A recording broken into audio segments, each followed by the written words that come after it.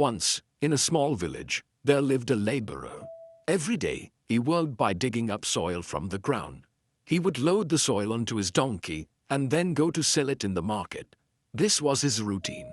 One day, while digging, he found a stone buried in the soil.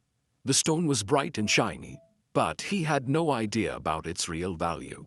He thought it was just a nice-looking piece of rock.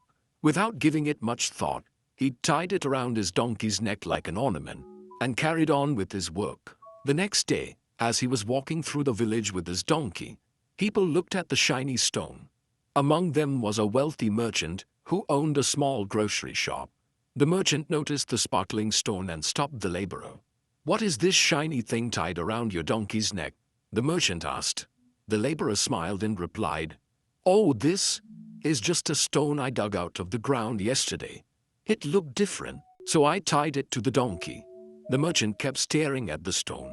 He liked how it looked and thought it might be useful to decorate his shop. So he said, "Will you sell it to me?" The laborer thought for a moment and replied, "Yes, why not? If you want it, you can take it for 50 rupees. The merchant immediately agreed, paid him 50 rupees, and took the stone. He tied it to the weighing scale in his shop so everyone who came in could see it. Customers noticed it every day and admired how beautiful it looked.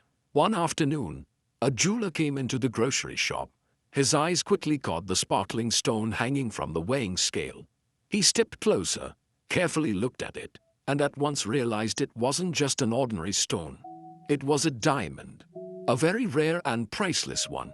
Surprised, the jeweler asked the merchant, "Where did you get this stone? Why is it hanging here like this?" The merchant casually replied, "Oh, this. I bought it from a poor laborer for 50 rupees. It's just a nice stone to decorate my scale." The jeweler's heart started racing. He wanted the diamond. He said, "Will you sell it to me?" The merchant answered, "Yes, of course. If you want it, give me 100 rupees and you can take it." But the jeweler didn't want to spend that much. He thought he could trick the merchant into selling it for less. So he said, No, I'll give you 80 rupees. Take it or leave it." The merchant shook his head. "No, I won't take less than 100. If you want it, pay the price. If not, forget it." The jeweler frowned, thought for a moment, and then said, "Fine, I'll come back tomorrow. Maybe then you'll agree." He left, planning to return and bargain again. That same evening, another jeweler happened to pass through the village.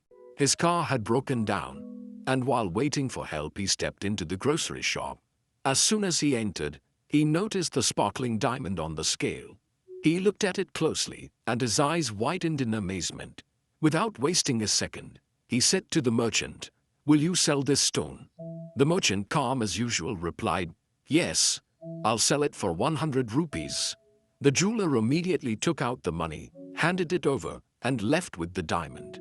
The next morning, the first jeweler returned to the shop. He looked around and saw that the diamond was gone. Shocked, he asked, "Where is that stone? Did you sell it?" The merchant replied, "Yes. Yesterday evening another man came. He gave me 100 rupees and I sold it to him." The jeweler slapped his forehead and shouted angrily, "You fool! That wasn't just a shiny stone. It was a priceless diamond worth a fortune. And you sold it for only 100 rupees. But the merchant just laughed and said, "Sir, listen to yourself. You knew it was a priceless diamond. And still you argued over 20 rupees. Because of that, you missed your chance. So tell me, who is the real fool?